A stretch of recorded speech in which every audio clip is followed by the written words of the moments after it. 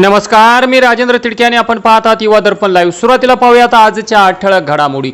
शुभेंदू अधिकारी बंगालमध्ये पहिले भाजपचे सीएम बनले। दिलीप घोष, अग्निमित्र पॉल निश्चित प्रामाणिक आणि अशोक बनले मंत्री। वारकरी संप्रदायातील घुसखोरांचा वाद चिघळला। एनसीपी शरद पवार गटाच्या विकास लवांडेंवर शाईफेक। टीसीएस प्रकरण एमआयएम सोबत जोडणे चुकीचे। बुरखा नकाब बाळगणे गुन्हा नाही, हा सुशिक्षित मुस्लिमांना त्रास देण्याचा कट। असाउद्दीन ओवेसी आणि दिल्लीत दहशतवादी हल्ल्याचा इशारा। इंटेलिजन्सने म्हटले गोळीबार आणि आत्मघातकी हल्ला देखील होऊ शकतो। आणि आता बातमीपत्र बीड जिल्ह्याचं आणि राज्यातील इतर घडामोडींचं सविस्तर। गंभीर गुन्ह्यातील गेल्या 6 महिन्यांपासून फरार असलेल्या आरोपीला पेठ पोलिसांच्या डीबी पथकाने सापळा रचून बेड्या ठोकल्या आहेत। बीड शहरातील पेठ पोलीस ठाण्याच्या हद्दीतील विविध गंभीर गुन्ह्यांमध्ये हवा असलेला फरार आरोपी सय्यद मुख्तार उर्फ मक्कन सय्यद मंजूर अली यास पोलिसांनी जेरबंद केले आहे। संबंधित आरोपी हा गत 6 महिन्यांपासून फरार होता।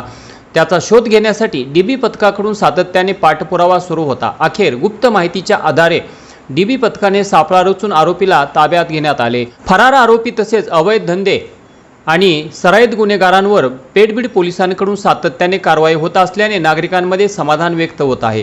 सदरील कारवाई ही पोलीस अधीक्षक श्री नवनीत कामत, अप्पर पोलीस अधीक्षक श्री सचिन पांडकर यांच्या मार्गदर्शनाखाली पेठ पोलीस ठाण्याचे पीआय मारुती खेडकर, पीएसआय शहा, नितीन राठोड, अजित शिकेतोड, गुजर, परजने, गिरी व डीबी पथकातील पोलीस कर्मचाऱ्यांनी मिळून केली। अनुसूचित जातीचे अ, ब, क, ड उपवर्गीकरण आरक्षणाची तात्काळ अंमलबजावणी करा। उपेक्षित समाज घटकांना न्याय मिळालाच पाहिजे अशी जोरदार मागणी करत उपवर्गीकरण आरक्षण अंमलबजावणी कृती समितीच्या वतीने आज बीड जिल्हाधिकारी कार्यालयासमोर निदर्शने करण्यात आली। यावेळी आंदोलनकर्त्यांनी सरकारविरोधात घोषणाबाजी करत मातंग समाजासह 59 जातींना न्याय देण्यासाठी उपवर्गीकरण आरक्षणाची अंमलबजावणी तात्काळ करण्यात यावी अशी मागणी करण्यात आली। आरक्षणातील लाभ हा काही मोजक्याच घटकांपुरता मर्यादित राहत असून मागास आणि उपेक्षित घटकांना त्याचा फायदा मिळत नसल्याची भावना आंदोलनकर्त्यांनी यावेळी व्यक्त केली। आंदोलनकर्त्यांच्या वतीने मागण्यांचे निवेदन जिल्हाधिकारी बीड यांना देण्यात आले। या आंदोलनात मोठ्या संख्येने समाज बांधवांचा सहभाग होता। राज्यात प्रतिबंधित गुटखा, पान मसाला व सुगंधित तंबाखूची अवैध वाहतूक करणाऱ्या टोळीवर धारूर पोलिसांनी मोठी कारवाई करत तब्बल 31,62,080 रुपयांचा मुद्देमाल जप्त करण्यात आला आहे। गोपनीय माहितीनुसार दिनांक 8 मे 2026 रोजी आडस ते धारूर दरम्यान धारूर पोलीस स्टेशनचे प्रभारी अधिकारी एपीआय देवीदास वाघमोडे यांच्या नेतृत्वाखाली नाकाबंदी करत सापळा रचला असता एक संशयित इनोव्हा क्रिस्टा कार थांबवून त्या वाहनाची झडती घेतली असता त्या वाहनात गुटखा, पान मसाला आणि सुगंधित तंबाखूचा मुद्देमाल आढळून आला। वाहनातील व्यक्ती सय्यद कलीम निजाम सय्यद वय 42 वर्ष राहणार फुलेनगर माजलगाव आणि सिद्दीकी अब्दुल अहद जुबेर अहमद वय 19 वर्षे राहणार माजलगाव या दोघांना ताब्यात घेतले। तर यावेळी एकूण 31,62,080 रुपये किमतीचा मुद्देमाल जप्त करण्यात आला।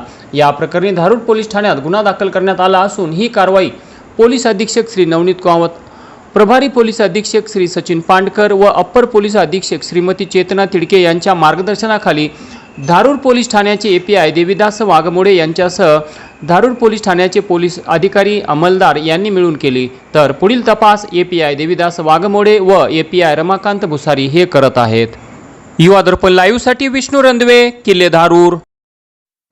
बीड जिल्ह्यातून जाणाऱ्या धुळे सोलापूर राष्ट्रीय महामार्गासाठी करण्यात आलेले भूसंपादन प्रकरणी भ्रष्टाचाराचे गंभीर आरोप होत असून या प्रकरणात बीडचे तत्कालीन जिल्हाधिकारी अविनाश पाठक हे सध्या पोलीस कोठडीची हवा खात आहेत।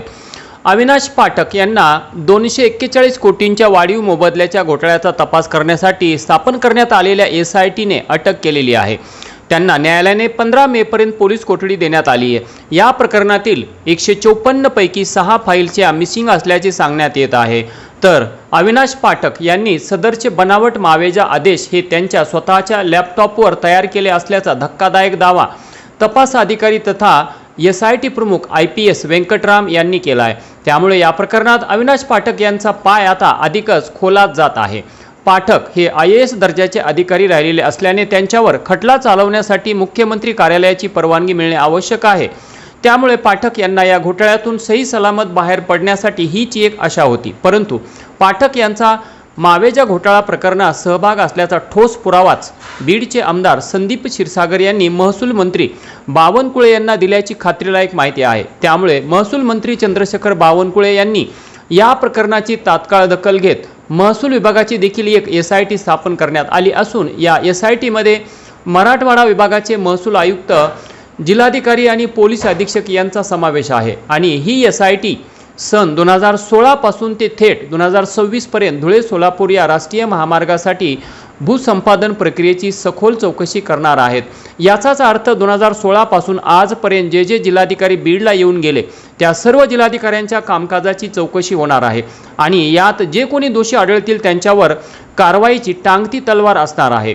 2016 पासून आजपर्यंत बीड जिल्ह्यातून जाणाऱ्या धुळे सोलापूर राष्ट्रीय महामार्गासाठी भूसंपादन प्रक्रियेत मोठ्या प्रमाणावर आर्थिक गैरव्यवहार झाल्याचे आरोप होत असून याच काळात बीडमध्ये कार्यरत राहिलेल्या अनेक अधिकाऱ्यांच्या भूमिका देखील संदिग्ध असल्याने त्याबाबत सखोल चौकशी होण्याची दाट शक्यता आहे। त्यामुळे आजपर्यंत जे जिल्हाधिकारी बीड येथे येऊन गेले त्या सर्वच अधिकाऱ्यांमध्ये मोठी खळबळ उडाली असून विशेषतः अटकेत असलेले तत्कालीन जिल्हाधिकारी अविनाश पाठक यांची SIT कडून कसून चौकशी सुरू असल्याचे सांगण्यात येत आहे। त्यांचे बँक खाते, लॉकर आणि बेनामी मालमत्ता तपास यंत्रणेच्या रडारवर असून पाठक यांच्या अटकेनंतर या प्रकरणात हात ओला करणारे आणखी 2 उपजिल्हाधिकारी आणि 1 ट्रेझरी अधिकारी सध्या नॉट रिचेबल असल्याचे सांगण्यात येत आहे। या तिघांसोबतही अनेकांनी संपर्क साधण्याचा प्रयत्न केला असता या तिघांशी संपर्क होत नसल्याने हे तिघेजण फरार झाले आहेत की काय असा सवाल सध्या बीड जिल्ह्यात उपस्थित केला जात आहे। राष्ट्रीय महामार्ग म्हणून ओळखल्या जाणाऱ्या मानवत परभणी या महामार्गावर येशवाडी शिवारात दुचाकी आणि STच्या भीषण अपघातात पती पत्नी जागीच ठार झाल्याची दुर्दैवी घटना आज शनिवार दिनांक 9 मे 2026 रोजी दुपारी 2:30 वाजण्याच्या सुमारास घडली। खांडवीवाडी तालुका परतूर येथील अनिल लक्ष्मण जाधव वय 55 वर्ष आणि सौ आशालता अनिल जाधव वय 50 वर्षे हे दाम्पत्य येशवाडी येथे देवदर्शनासाठी दाखल झाले होते। देवदर्शन केल्यानंतर हे दाम्पत्य मोटारसायकलवरून मानवतकडे निघाले होते।